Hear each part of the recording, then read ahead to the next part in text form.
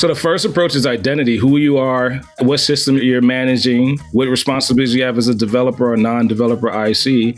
And the last thing is that there's no idea of a perimeter SOC kind of moves with your identity. And that identity exists without a perimeter. And like you just said, 20 years ago, we knew it was inside of a data center. Now it's kind of around the world. I didn't know how much personal data and daily tasks are in the browser, in the client side. Stored cookies, stored credentials, stored web sessions, API access, WAF gateways. The whole shebang is in your client side browser, and banking tokens, shopping habits. But I struggled recommending like mitigations. Like, how do you know a Facebook cookie is out there tracking you? I hate to say it that way. How many Google Analytics tokens exist in Firefox? How many API credentials are spilled over in a gateway in a token? All starting with your mobile browser or your laptop browser. I treat every job as an opportunity to continuously learning. It's always an opportunity to level up. I play the platform game. I'm a very avid video gamer. So if I'm not leveling up on and off the job continuously, then it's not really a secret anymore. It's been out there. I've said it on multiple venues. I grew up playing video games with my brother, my father, and my cousin. And we always had this apply yourself mentality where it was beat the boss, play the boss battle, beat the platform game, level up, start over. I get stronger.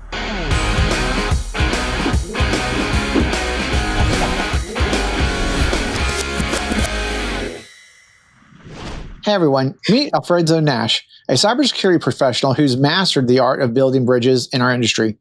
By day, he's fortifying America's most trusted humanitarian organization as a Principal Information Security Analyst at the American Red Cross. But it's his passion project that caught our attention. As CEO and co-founder of Cyber Coffee Hour podcast, Alfredzo has a tagline, "Say hello, coffee makers," that just isn't just catchy, it's a call to connection. Thanks for coming on the show. Glad to be here. Well, let's talk about your catchphrase a little bit. The "Say hello, coffee makers" has become synonymous with the Cyber Coffee Hour. What's the story behind that greeting and the name of the podcast? So, first of all, hello, coffee makers. The phrase was twofold. It was a connection between us as cybersecurity professionals and the coffee we drink to get through the daily workload, right? So initially, I was in a journey with sustainable horticulture, and I was kind of tracking down all the different farmers in the industry on that side of desk activity. And most of the farmers, at least what some of my professors would say, were price takers, not makers. So we say hello, coffee makers, we set the price industry based on the coffee we drink every day. The second part of the story was defending my other co-founder's thesis. So while we were in an approximately 3-hour conversation, we agreed that most of the social hour that occurred in industry were amongst high-level CISOs and experts in the field. And we honestly thought that was kind of, boring. And be really, really, frank. Here we are. Well, I'm going to get there, right? So then after we sat down and defended his dissertation, we said, hey, a lot of that conversation was very energizing. It was like a reward, like a cup of coffee. But in the beginning of the conversation, we thought we were these experts and various professionals in the field, but we forgot about the amateur hour. The folks that are coming into the industry, not quite equipped to talk to leadership about different escalations. And also when they leave our conversation, they'll become very energized. So we put the two community of practices of thought together and came up with the Cyber Coffee Hour: hobby, interest, and then all inside of an hour, we'll have this discussion. All right. Completely different than a 3-hour dissertation defense, huh? Well, yeah, we had to break it up into profession, hobby, and interest, right? Cyber Coffee Hour. 15-minute lunch hour break is not enough, but, inside of an hour, inside of a decent break, we can get a huge community of practice, a huge community of followers in that conversation. And then initially, too, secrets that we'll touch on a little later. We thought we were going to speak to coffee shop owners. Initially, so we're still working that line of business out, but we came together because we thought it was catchy. And we thought that the interest would be to go from amateur hour to social hour to coffee hour. I like it. I think that I definitely think that there is education and learning opportunities for everyone, right? Even folks that have had executive positions. They do have challenges, speaking to the board or speaking to their counterparts in the rest of the business, whether it's the business or not, Yeah. But definitely on the folks that are entering the industry, it's a different world for them entering this industry than it was for me entering the industry 30 years ago, right? And you're probably not as old as I am, but I imagine it was different for you too. And I think So I'm not in the last. I've only been at it as of 2005, and okay, the world has shifted in the last, like you said, generation. Right? Let's just say a generation of cybersecurity.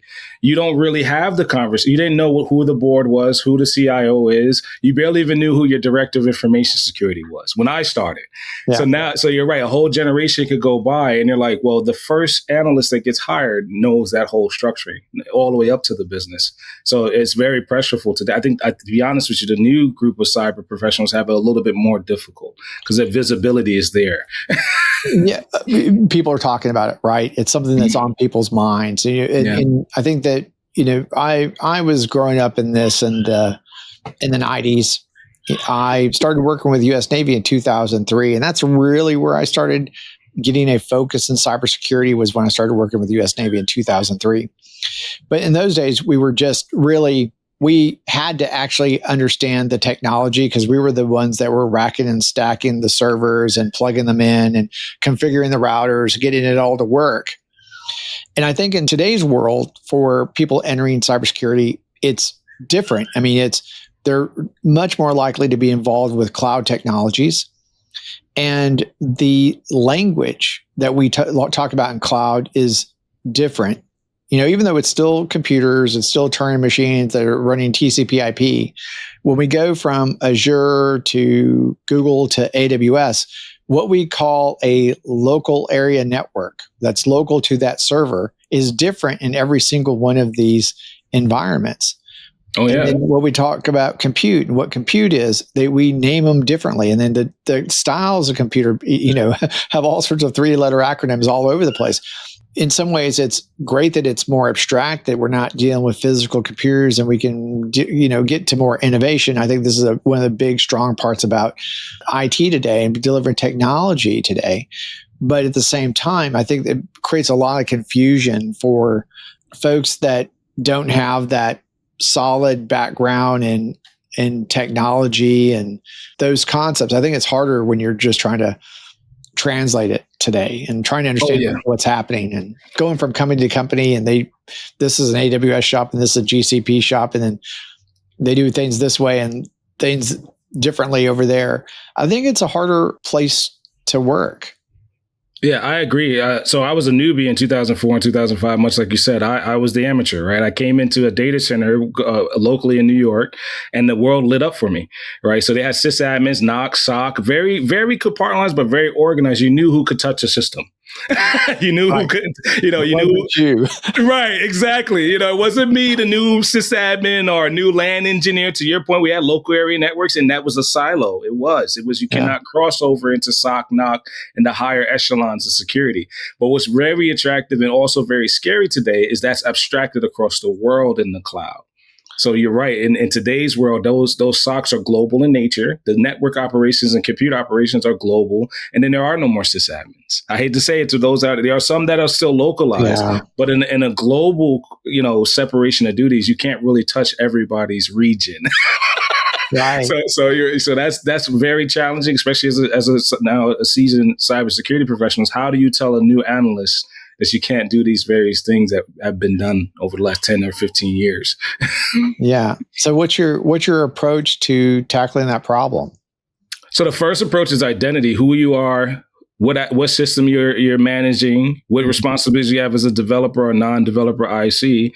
And the last thing is that there's no idea of a perimeter SOC kind of moves with your identity, right? So, I mean, that's just my unique context. I know there's a lot of folks that might, get messages after this podcast, but you really have to tell folks that, everything is kind of bound to what you do in the company, right? And that identity exists without a perimeter. And like you just said, 20 years ago, we knew it was inside of a data center. Now it's kind of around the world. Yeah. Just from my experience, I've had more incidents and had to respond to more incidents just because of loss of control of identity than any other single other action. And definitely I've had to respond to incidents with vulnerabilities that are exploited over the network. Like Heartbleed, for example, right? Mhm. There were these incidents that occurred that you can just attack a system and it was leaking information. And definitely have had those kind of vulnerabilities that caused incidents, but the ones that really cost me money that were the ones that just loss of identity. Those Yeah. are the ones that, that create long-term regulatory nightmares for me when I'm thinking about it. So identity is important for sure. But okay, so let's talk a little bit about your leadership journey. I mean, we know that you were a newbie in 2004, 2005. It's 20 years later. And you're wearing multiple hats today. You're leading security operations at the American Red Cross, which I think is an incredibly important mission. Definitely want to hear more about that mission. And you're also running a growing podcast. How do you balance this critical humanitarian organization with building an online community in our industry? So that's that's probably one of the most difficult questions I've been asked in a long time. So where do I start? So I think I don't have a complete balance, right? So I'll start with the American Red Cross first. I'm not a unicorn. I'm not by myself. I have a very phenomenal team. I was just recently onboarded to probably one of the best SOC teams I've worked on in a long time. So I don't perform the role by myself for American Red Cross. I'm in a very tight-knit team, and it's been a very challenging part of my career because I came off of a DHS contract, and I was a couple months unemployed looking for this opportunity. Well, it looks like it found me. So quite honestly, I'm not special. My personal life is a little bit insulated from this ultimate balance that everyone's trying to find. And really, I'm just a new analyst on this team of phenomenal individuals. So I can't really talk about how challenging that is right now, but I'll pivot in a second. From the cyber coffee hour was built before I joined American Red Cross, right? So there was an operational art correlating industry and what I do during the day between my last 3 to 4 employers, and then realizing, oh, wow, I'm a part of the critical infrastructure vital to Americans' blood supply. I think I need to insulate this community of practice. So it's a very continuous balance, as what I could say is more of the journey that I have as the co-founders. I've always been obsessed with critical thinking and critical infrastructure protection. So when I'm on the American Red Cross side, I don't really engage the podcast and my influence and my, as a content creator to how I protect their mission. Right. And then vice versa. A lot of it I don't really talk to because I'm still relatively new. I don't really talk to about how critical the blood supply is or how influential that critical infrastructure is to the nation, because I'm just learning that. I've only been here inside. I'm a single IC principal analyst. And I just joined the team to support their mission.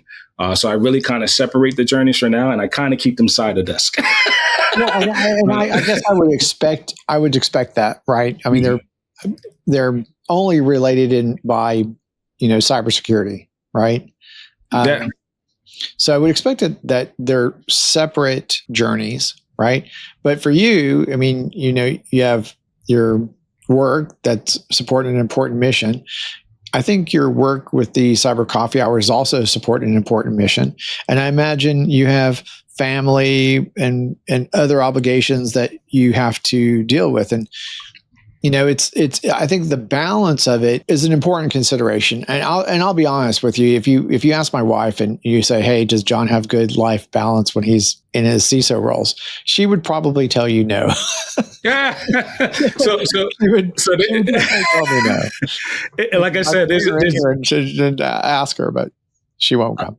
I think my family's entirely tired of hearing about cybersecurity. So, like I said, there's an operational art. I am generally more attached to the American Red Cross mission than I was a year or two ago, especially leaving. So I'm obsessed with critical infrastructure, literally obsessed. So that's where Cyber Coffee Hour came from. So my buddy, my co-founder, he's on the high side, as we like to say in industry. He's also equally as obsessed. So the obsession became the Cyber Coffee Hour. In protecting critical infrastructure, not just the one I work for, I come to realize there has to be an operational art of how to get information out and awareness to not just us as cybersecurity professionals, but those outside the industry too.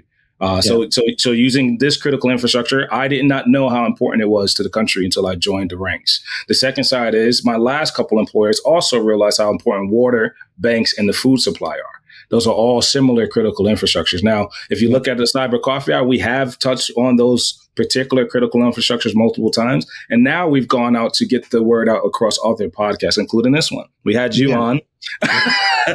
So it's something I'm still working on, and there's definitely an operational balance because I'm excited about it, but it's very much so the awareness of how to protect these infrastructures and what we should do as cybersecurity professionals. Yeah. I worked in finance and I worked in telecom. Telecom is another one of those, just keeping mobile networks up and running so that people can have emergency services wherever they are, which is an incredible, in 2025, how dependent we are on mobile phones. That was not true in 2000. Right? No, we didn't have smartphones. We didn't have smartphones. I think the iPhone came out like 2006, I think, something like that. And I think that's right. But that was a long time ago, but there was a time before that. I mean, I think the smartest phones we had were like Blackberries, and they weren't very smart, right? I liked them. I liked using them, but that was the big thing. Did you work with the military in the mid 2000s? I mean, it's like no. Unfortunately, I didn't make the cut. I tried to join the United States Air Force. Every admiral and captain had to have a BlackBerry, and we had BlackBerry servers all over the place so that we could, keep them communicating. I didn't know that. My first smartphone was a T-Mobile Sidekick. Okay. But I think that people don't realize, I think, that we have so much infrastructure that's out there that has been operating for many, many, many years that predate a lot of cybersecurity practices that we have today. And those operating systems, a lot of the operating systems that are in our critical infrastructure have been deprecated, I would say. Was deprecated the right word? More deprecated or antiquated? Antiquated, they're past their end of life. And it's almost like a necessary evil of doing infrastructure and IT and infrastructure, or OT and infrastructure, is that you're going to have these operating systems that come out and you roll them out, and then they're operating, they're doing what they're supposed to do. And then the industry continues to move forward over time. But our ability to just patch and protect those systems, if you take them offline to patch them and they don't come back up, or there's just so much secondary problems that occur just because, you can't patch them as often, or they're end of life and they don't make that software anymore and it has to run this way. It's, somewhat problematic, I think, from an IT perspective for sure. Right. But from a cyber perspective, it's something I think that really impacts our ability to protect that critical infrastructure. Oh yeah, 100%. We don't know. So we don't know what we don't know. And I'm borrowing this from both sides out. Dr. Joseph and my actual director at my current role at American Red Cross. No one knows the baseline config for those. You ask me, I'm going to be 40 next year. Those systems are older than me. They're older than I've been on the planet, right? The second thing is I don't know how to write any of those baseline configs in the last 20 years, especially in the cloud. If they're cloud native, right? No one knows how to rewrite a mobile operating system. Or right. Nobody, well, I mean, you can ask BlackBerry, right? Sure. You can ask Motorola. You can ask any one of those that have migrated to the cloud estate, but no one that's been a cybersecurity professional in the last 10 to 20 years knows how to really secure those operating systems you're talking about. And we see it. We see the different threat actors that are leveraging older CVEs, older baseline, right? So for me, I was always obsessed with infrastructure as a service. How long is it going to be down? Mm-hmm. Right? How long can we do an active restore? How long can we migrate that particular estate, OT and IT, to a different region? So that's much like you said, when I was a newbie, that was the art, right? Today it's back training and retraining folks into that mindset. One misconfig can bring that whole infrastructure down, right? One silly or 20 silly CVEs from 15 years ago, have to rebuild that baseline, right? Right. Yeah, I do remember a system when, this is like this is like 2010 kind of time frame. We had a Windows 95 system that was controlling our physical security to our data center. And the system that it was running on had been running, right? Had been running, and no one ever thought about this system, right? Just sitting in a closet somewhere, doing access control. And one day it just stopped, and we couldn't get in or out of the office. And it turned out that PC had died, right? This system was well past its end of life, and we ended up rebuilding it with the VMware server, right? VMware. So we virtualized, we took the disk that was there, virtualized it, and then brought up a virtual machine of that system and then connected its serial port to wherever it needed to be connected to. And there you go. We were back up and running. And I think in today's world, we do that. That is an absolute way of restoring service, is to virtualize a system that has an end-of-life operating system so that we can continue operating. But but that system worked. Yeah, so that's interesting. You said, I'm sorry, because you triggered a thought in my brain. Right, 10 years ago, I used to work at a company that did that. So there was a backup and restore company called Datto. That's where I cut my teeth on incident response. Because you're right, it's 10 years, a whole decade can go by, and that's the shadow IT of the world. Not specifically data, but that process of restoring an antiquated baseline system, using an emerging technology and pushing it to production. So if you look at the last decade, everyone that's a cybersecurity professional today has cut their teeth on rebuilding and removing those infrastructures. Yeah, for sure. What's been the most challenging aspect of transitioning from being solely a cybersecurity analyst to juggling content creation on top of security? What's that juggle like? I feel like in my case, I feel like, my experience helps me with us having conversations just because I have experience and we can keep the conversation going. But I imagine it's a little bit more closely related to what you're doing. Oh, yeah. So I can tell you, it's the reason why I drink so much coffee, right? I literally have sleepless nights. I don't really know how to explain it, but I don't sleep very well, and I struggle as a night owl. So early in my career, I used to do physical security. I was a security guard in a 24/7 site, and you basically you're checking gates, you're making sure physical badges go where they gotta go, And this is before I got into IT. Right. So I still carry that watch guard, that night guard kind of mentality, especially in the SOC. Right. So I can relate to night watch in a 24/7 SOC and on-call shift, because before I became the professional I am, I was a physical security guard. And I still have that who's watching the watcher kind of mindset late at night. And during this on-call shift, I wasn't aware that in the SOC today, most people are unaware of these unsung heroes that follow the sun 24/7, right? Some of the threats happen when we're asleep. Some of the threats happen, pretty much at the top of the morning, 6 a.m., right when we're about to get to work or get off from a particularly overnight shift. So I struggle completely with balancing content creation at night and on weekends, and then getting up early to go to work the next day.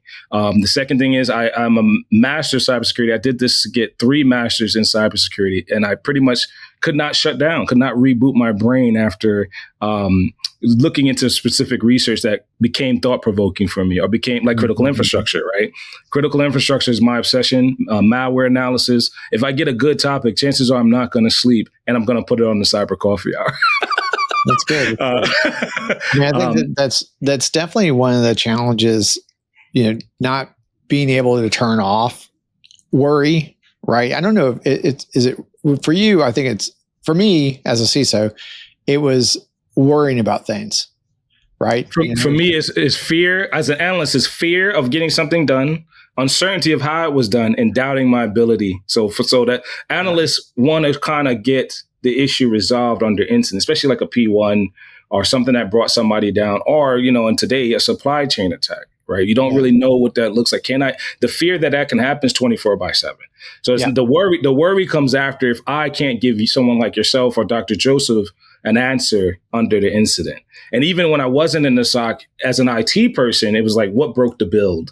What broke the software build? That's a P2, P3, P4 if I'm lucky, right? So that fear and uncertainty of, can I fix the organization, literally keeps like people up. And then comes the worry. I don't worry as much now because, again, the leadership hat, I give you guys credit. You guys have to worry about other parts of the business. See, in the SOC, it's kind of like, once I get the incident handled, the rest of the business is good, right? Right. That's a very interesting point of view, right? I guess I wasn't really making a distinction between executive leadership and SOC analyst, right? I feel like I didn't think I was doing that, right? But yeah, but I guess you're somewhat right. It's when your time periods. And I think this is an interesting concept. Is that when you're an analyst, and this might be good for people who are leaders of SOCs and or have multiple domains in their world, is that the time horizon for people is different. Yeah. Right? Meaning the time horizon for an analyst is that day. I come into work, I do my job, I leave, and then that's what they worry about. And then you go up a level to managers or leads, and it's like, I worry about the week. How's the week going? Right. And then I worry about months. And then as you go up another level, maybe you start worrying about months and quarters. And then then you start, getting into executives. You're thinking about things that like problems that have to be changed over years, Right. So, I mean, as a CISO, I worry about, even now, I know I want to call the CISO that took over for me, for my last position and tell them, hey, don't forget that there's this thing coming up in mid 2026. Don't forget, because, you only have 1 year before you can get this thing done. And it's like, right. I was thinking about a 3-year contract. Right. And I kind of, I'm worrying about that. And then, so it's like the budgets, the finance, all that kind of stuff that's part of, leading an organization. But on the SOC side, I think it's two things, right? There is the FUD, the fear, the certainty and doubt, or the worrying, and I would say, I always use worry, and maybe worry is not the right word, but it's the, did you handle that incident correctly? Did I analyze it? Did I do enough work on it? And then if I didn't, what happens if I don't? Right. If I failed, right? But I think that's a real fear, right? Is that imposter syndrome, or potentially imposter syndrome, or you might even be overconfident. I've definitely met overconfident analysts as well. But I think at all levels, there's some amount of stress that's involved with just kind of understanding your environment and understanding where your gaps are, and whether an action or an inaction is going to cause an incident that then you're going to have to, explain to other people, right? To executive leadership or your manager, or whoever. It depends on how big of the problem it is, or a regulator if it's a really big problem. And I don't think that we talk enough about that in the industry. Like, hey, how do you handle that stress? Right. So it can't just be drinking coffee. No. I think it probably amps you up. I can tell you, going back to you're interested. Yeah. But yeah, going back to the time horizon, it's 15, 30, 45 for most. So I'm tier 4 now. Thank God. I got pretty good at incident response in the last decade. Mm-hmm. And I was a non-technical IC. So at one point in my time, they said, hey, you had to get hands off keyboard, but work with the SOC. So that was eye-opening, because you're right. Until you get that moment to level up and see from 1 to 3, you don't really see the business until after level 3 SOC, right? So after level 3 SOC, you start to become, I hate to say it, this politician that looks at different timelines, like you said, every 30, 45 days, 15 days from incident. So until I realized, a couple of years ago, even before my current employer, that became a postmortem report or after action report that would be delivered to leadership. And a lot of times after that's delivered, you have a good weekend, you can go to the garden. Yeah. So not just drinking coffee, you can kind of like get hands off keyboard and leave that report with someone else, your IC manager, senior system engineer, whoever gets that report in the environment, they deliver it to the executives. So coming out of the SOC enclave, especially the ones that are global, right? Once you hand off that postmortem or after action report, it really is kind of like a breather. And then literally sometimes, I made a joke with Dr. Joseph, every report that I've written in the last 10 years, I will put a plant in the ground or 5 plants in the ground.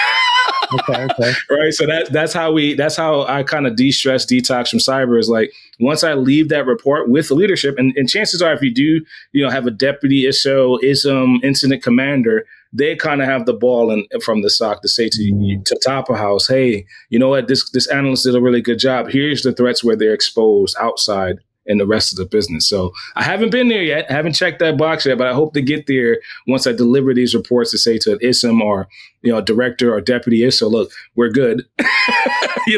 All the problems are resolved. All the escalations have been handled. All the ransomware and payloads have been removed. Because it is another thing I realized too, you can tabletop these for hours. And I think the word we're looking for is analysis paralysis. Mm-hmm. So a lot of times, especially when you get more senior in your career, threat intelligence, ops, and malware, they go through, and that's my specialties, right? I have 3 master's degrees in that order. You get this analysis paralysis of when it's going to happen. So the timeline that you just mentioned kind of moves out 15, 30, 45 days at a time, because you really just don't know when you're going to get hit by one of these big supply chain attacks.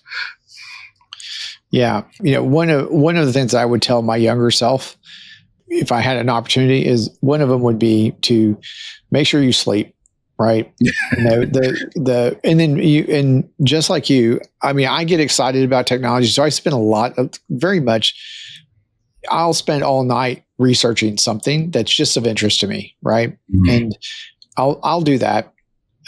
But I've also found that I do need sleep. Right. And I used to be that I would not sleep. People used to think that I never slept. They thought I was on 24/7. But because I took so very little sleep. But I think that over time, I felt like, I just perform better when I have sleep. When I'm sleeping, I perform better in my waking hours than I did. I might think that I'm working harder, but I thought sleep was important. Sleep was an important thing for me anyway. So I want to shout out Dr. Holiday Bell. We had her on the Cyber Coffee Hour. I missed this episode. You guys can follow it. She has a book, You Can Sleep, but Don't Sleep on the Job. So I'm going to finish the book, hopefully on some PTO, because you're right. There's an art to cognitive function tied to sleep. So I did finish that chapter.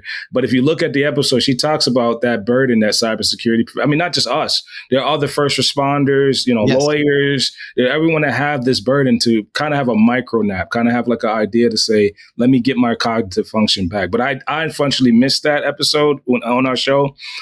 But you want to pick up her book, Don't Sleep on the Job. The first chapter talks about that cognitive function that you mentioned. I'll definitely be picking it up, because I think that one of the tricks that I have is that I do have ways to kind of turn off, my brain so that I can just rest. So it's definitely like tricks to kind of get my brain to stop analyzing, stop moving. And so anyway, tangent, but I think it's, I think that, I think it's important, because I think whenever we talk about, cyber and challenges and people and burnout, this is an actual problem in cybersecurity. Oh yeah. 100%. And, it is a stressful job. I've had people that would come to me, analysts come to me and tell me about how stressful the job was, and that they didn't think it was going to be stressful. Right. For some reason, they didn't think it was going to be stressful. And it's like, you're literally in your name is incident responder. It's you're investigating incidents. You're like a fireman, and it does become stressful, and it is a very stressful thing. So handling stress, I think, is something that I'll definitely read the book, because I think it's good to figure out, the important about sleep, but just figuring out how to de-stress and having something else like planting trees to take For me right now, it's I go out on my tractor and I move stuff around or mow and do things, and it's like really kind of not cyber, it's not computing, it's completely different, but something that allows me to disconnect is, I think, important to our mental health. Anyway, well, let's talk a little bit more about cyber security expertise and evolution, right? You're also involved with the Maryland Defense Force Oh, you guys did your homework. This is good.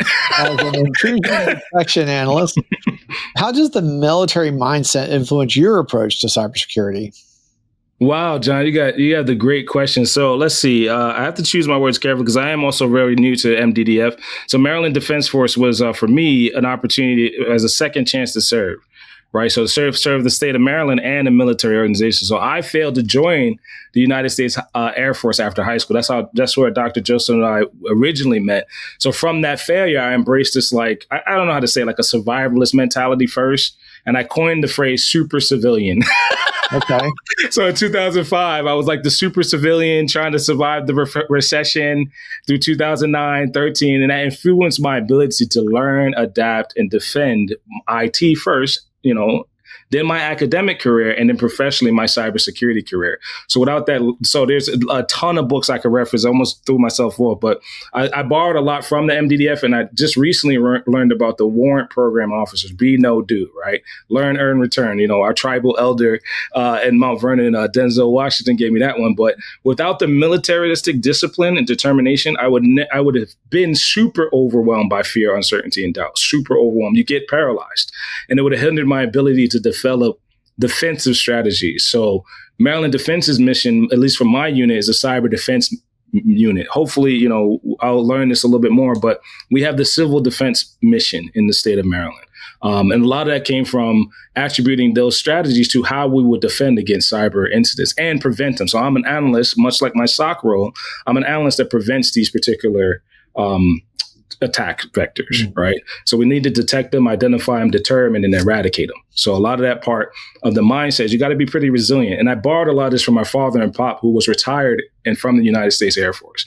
He's rest in peace. He's gone now. But when I talked to him, he said, "Hey, you should probably go to school for this because you're pretty good at it." And back in 2018, that led me to teach myself and teach others. So I'm borrowing that from another member, Damon Chappie. He's our chaplain in the unit. It is true. I had to lead myself through my fear and uncertainty and doubt. And then that led me to the Defense Force. All right. So from there, I'm training up. I'm a enlisted member, and I'm trying to learn the mission. I'm trying to learn how to become more resilient and develop these defensive strategies. But you got to have the military mindset and the resilience to be attacked and keep going. Right. So I kind of developed that earlier when I failed to join the Air Force.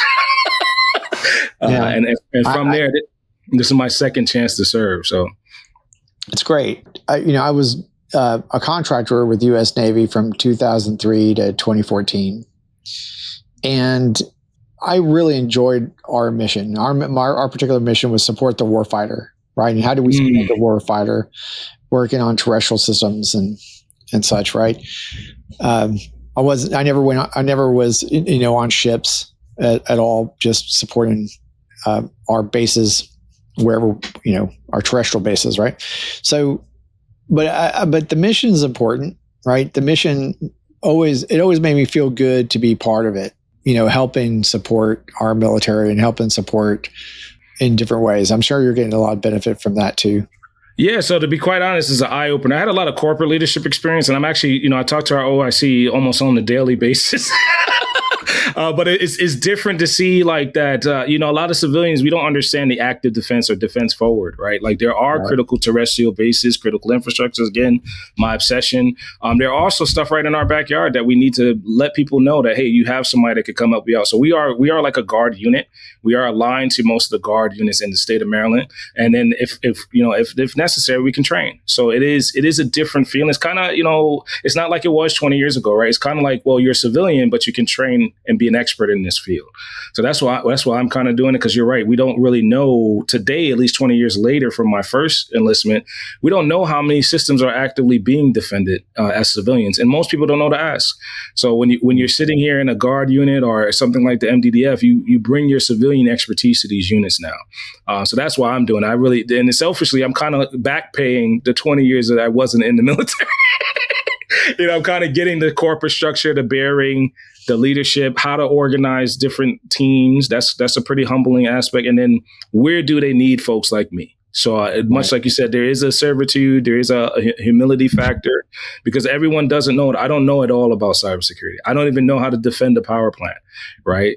So to be quite honest with you, and most of those are not so much the big military targets that we think. They're civilian owned, they're civilian operated. You're going to be talking to some of the key stakeholders like you, when there's an incident. So a lot of that I'm kind of double dipping now, but I love the opportunity to have a second chance in serving a military organization. And now my state of Maryland. I love Maryland. I have a lot of family here. I would hate to see something happen to this state. Awesome.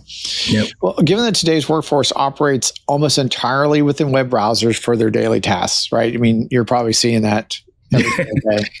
What unique browser-based threats do you notice through all your different roles?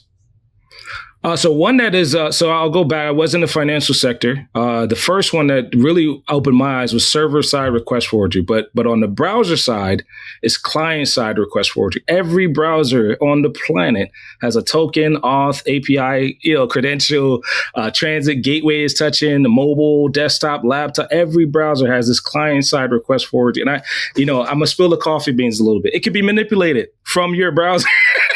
So I didn't know that 10 years ago. I was a QA analyst, and I was kind of like shooting around, testing different browsers, and I wasn't really good at it, right? Until I really got a security role, I didn't know how much personal data and daily tasks are in the browser, in the client side. Stored cookies, stored credentials, stored web sessions, API, access, WAF gateways. The whole shebang is in your client side browser, and banking tokens, shopping habits, right? Travel plans. That kind of keyed me up to wanting to become a pen tester, but I struggled recommending like mitigations. Like, how do you know a Facebook cookie is out there tracking you? I hate to say it that way. How many Google Analytics tokens exist in Firefox? How many API credentials are spilled over in a gateway and a token? All starting with your mobile browser or your laptop browser. Then we have the bigger elephant in the room. API access.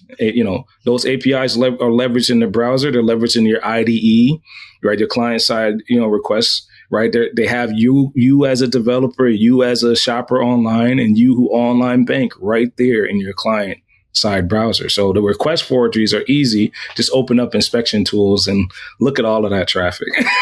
Right. Well, I think that one of the weird things that's going on today is like Gen AI and AI agents and AI browsers that are kind of coming online.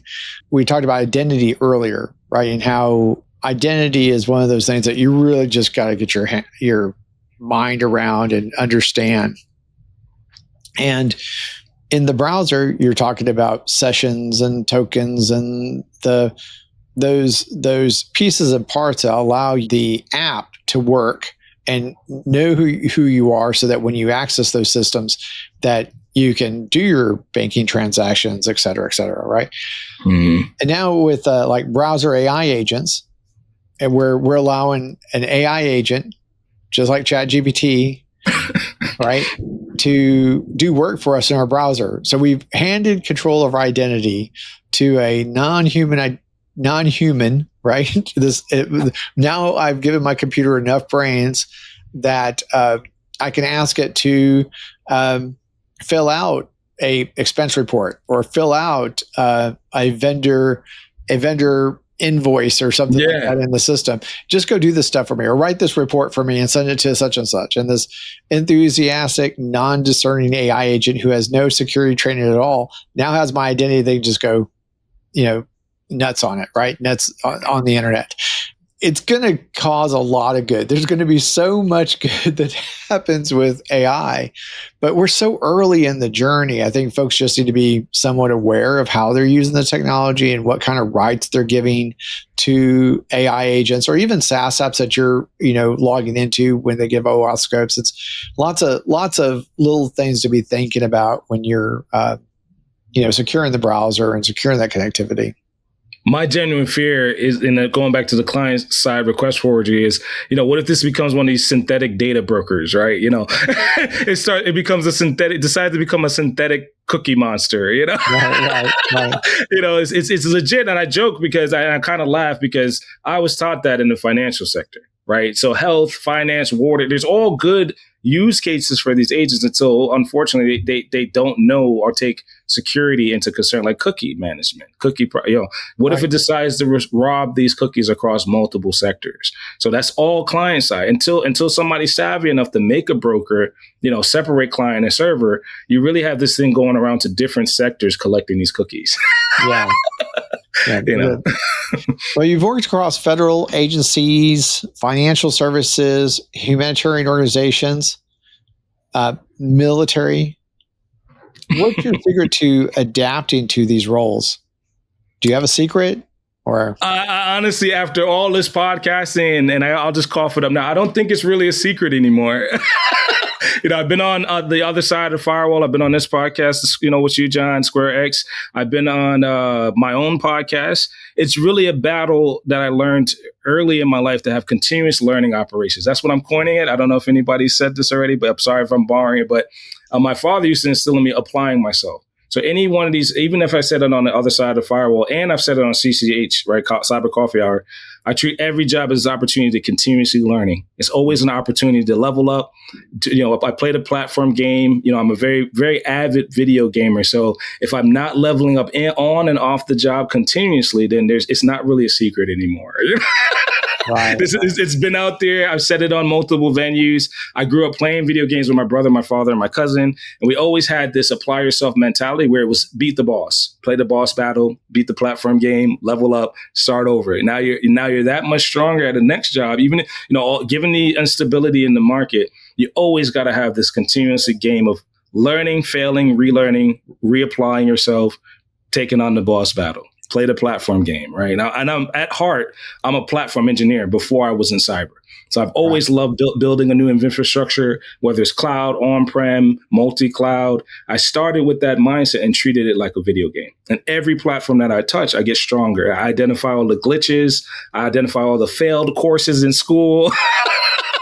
I'm not a great student. I failed multiple midterms, multiple year exams, handed homework assignments in late, went back to work the next day, handled the incident. So it's that continuous rigor of applying myself to this cyber defense game, right? It's a game to me. It's really, we have to step our game up. We have to level up, and we have to adapt to, without staying up too late, to continuously learning, right? Continuously obsessing about how do I defend every organization I've encountered, especially with the emerging technologies that we mentioned. I love the continuous learning, right? I think if you're going to survive in cyber, you have to continuously learn. One of my observation is that cyber people have to understand the entire technology stack, not just the one that that developer's working on, right? They're developers and IT engineers. They tend to have silos that they're working in, whether they're a network admin or a system admin, whether it's Linux or Windows. They have a lot of different roles that they sink their teeth into.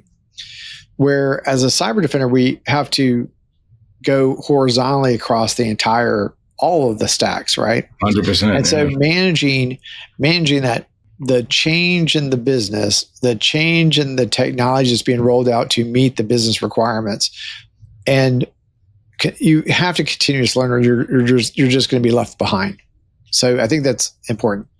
The other thing I'll pipe up, I'm sorry, John. Go, please. The other thing I got to pipe up and say, which is very humbling, is the speed at which you have to learn today. So sysadmins are now system engineers, site reliability engineers, DevOps engineers. Now you have cyber resiliency engineer. Like the whole gambit has moved faster. So it's kind of like a speed run for us as cyber defenders. The faster I can move through those, I say to say antiquated silos, the better I can defend. So for me, you're right. Even now we have cybersecurity architects, right? Yep. There's no more admins. I hate to say this to you. There's no more admins anymore.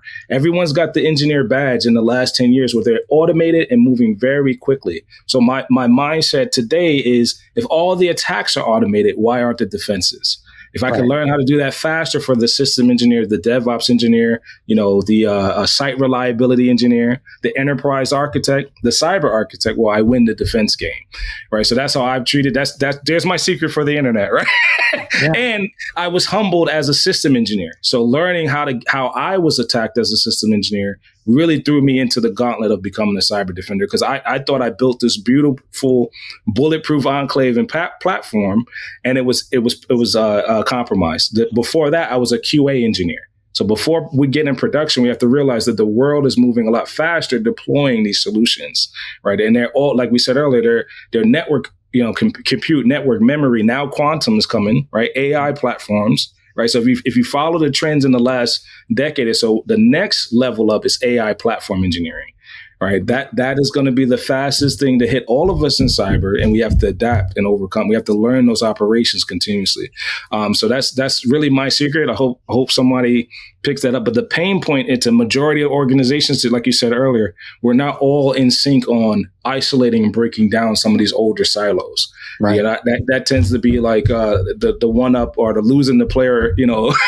Losing the one player on the platform and starting over. Yeah, and it's a continuous learning, right? To stay on top of this, right? And I think that that's definitely one part of it. I think the other part of what you said was that it's a game, right? It is. It's a cyber defense game. It's a game, and in some aspects, you're playing yourself, right? You're got to stay up to date on what's going on in the industry and changes in your technology that you're defending. But there's an adversary on the other side. There's someone that's trying to get into your network, right? And I'm a very competitive person.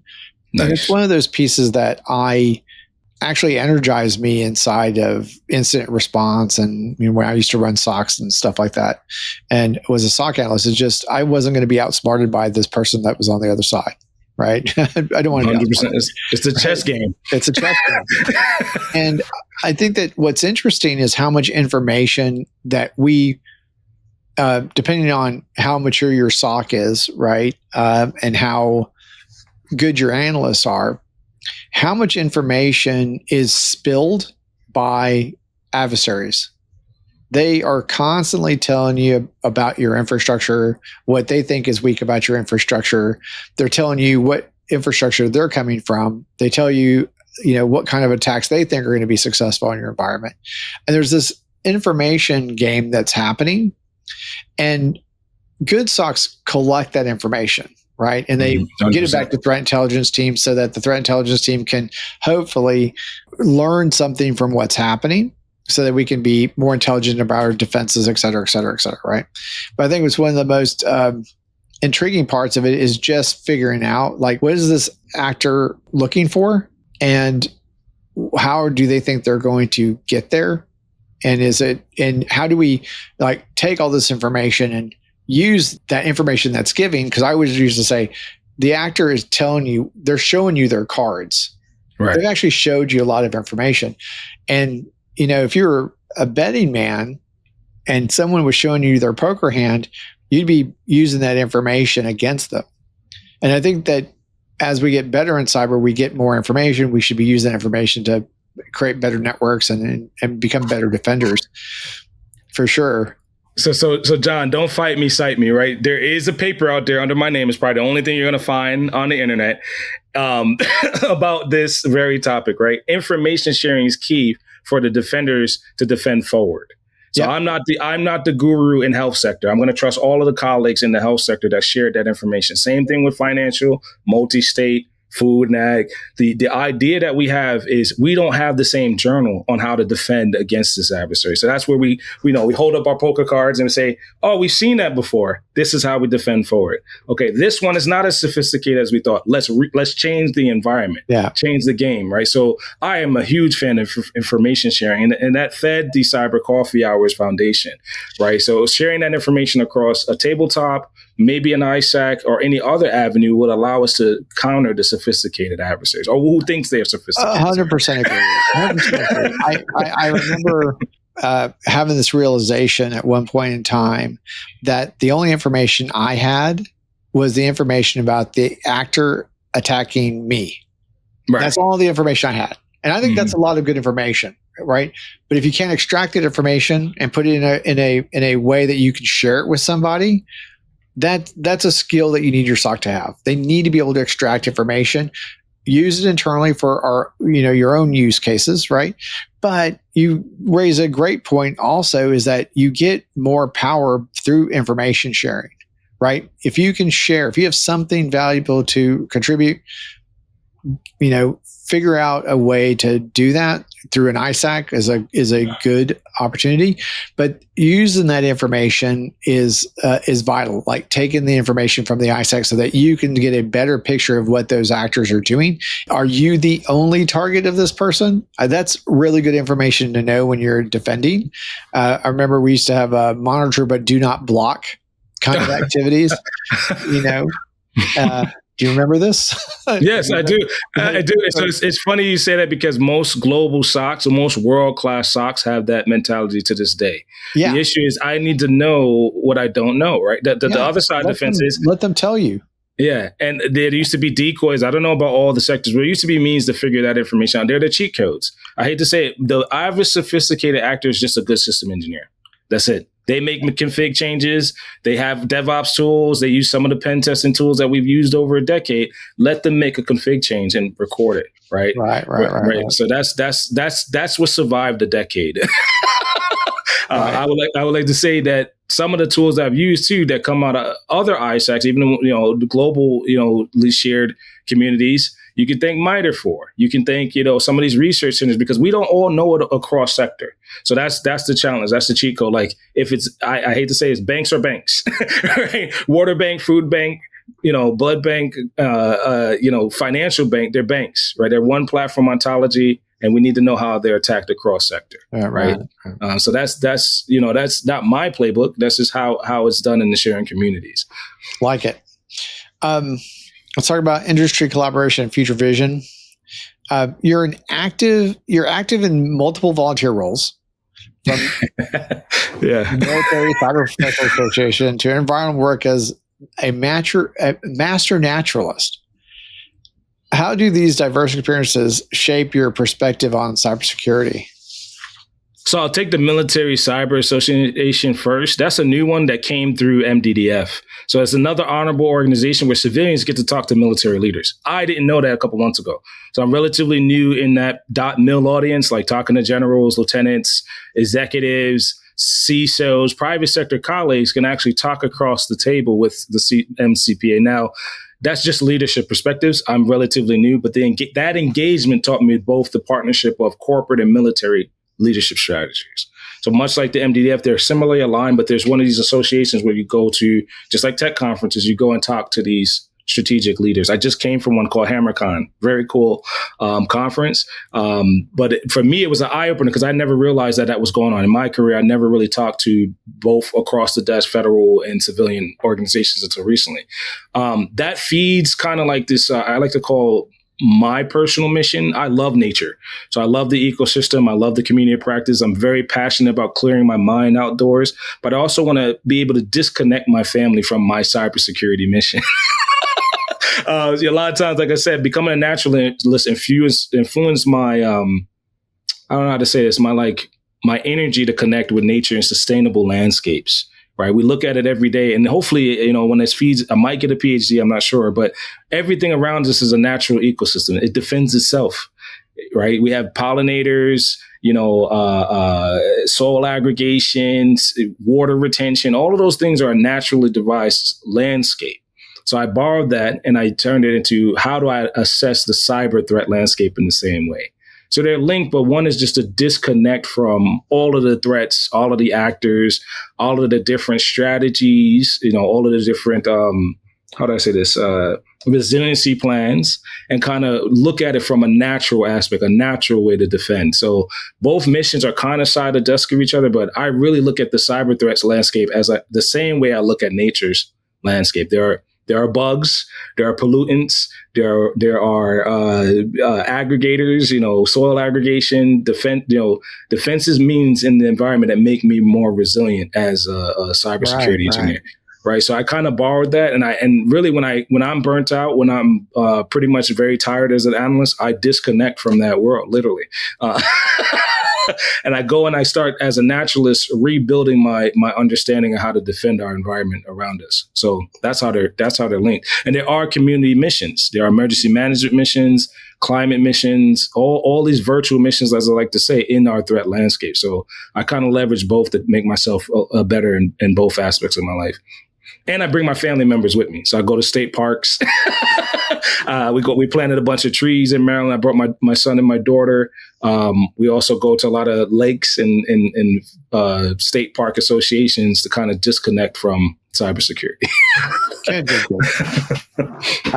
Through your podcast and professional work, you're passionate about knowledge sharing. We were just talking about that a second ago. What's a piece of cybersecurity wisdom you wish every professional in your field understood? In our field, right? It's really our field. We're both part of the cybersecurity professional. So something I had to learn now that, my father was a key aspect and motivator and role model in my life. But as I became a father, I had to realize that, the piece of information that your cybersecurity wisdom and your knowledge is not your father's business. It's not something that, and this is something I got from a site supervisor in my physical security career. Every line of business and every organization that I've been in a cybersecurity defender, they're not as passionate. They're not going to be as passionate about your cybersecurity wisdom. They're not going to want to continue beyond business as usual. And sometimes they're not going to align your passion with key business and objectives. And that's okay. Sometimes you can't take it as seriously when they say, well, we have a different revenue target. Let's hit this next quarter, to your point earlier. Or, do not allow yourself to become too burnt out sharing that information with the wrong audiences. So one thing that humbled me in the whole aspect is not my father's, but I could talk to my father about this. If he was still there, my kids will hear this for the rest of their life. Most of the time, most businesses, it's just, we don't need that information. So it's not your father's business. The first thing is every line of business has a different community of practice. So we have to learn that as cybersecurity professionals. If you're in the retail space, water treatment, whatever business you are, they don't share the same passion for the other sectors, the other lines of business. Is what I had to learn. And also strive to share your information to improve your communication and business acumen. That knowledge that I lacked as a cybersecurity professional was because I was too passionate about communicating cyber objectives, right? I could talk to him, if my dad was still here, I could talk to him all day about it, but I can't talk to a CISO or deputy ISO manager at the same level. I have to talk about key business objectives that are aligned to their mission, aligned to their business revenue generation. The last thing I can kind of say in that not your father's business analogy is there are veils of shadow IT still around here. So you have to know how to communicate why that hinders the cyber mission, right? If you can't do that, you can't communicate it just as calmly as having over a cup of coffee or this podcast, well, learn how to communicate it to key business, your DevOps engineer, your technical project manager, right? Someone that's going to help you move the objective aligned to business projects and management, and then level up communicating that as a stakeholder and aligned to the business objectives. I hope I answered the question. No, great answer. Well, I really enjoyed having you on the show. I wish you the best of luck. Yeah, stay caffeinated. Stay caffeinated. I will. Stay curious and caffeinated, coffee makers.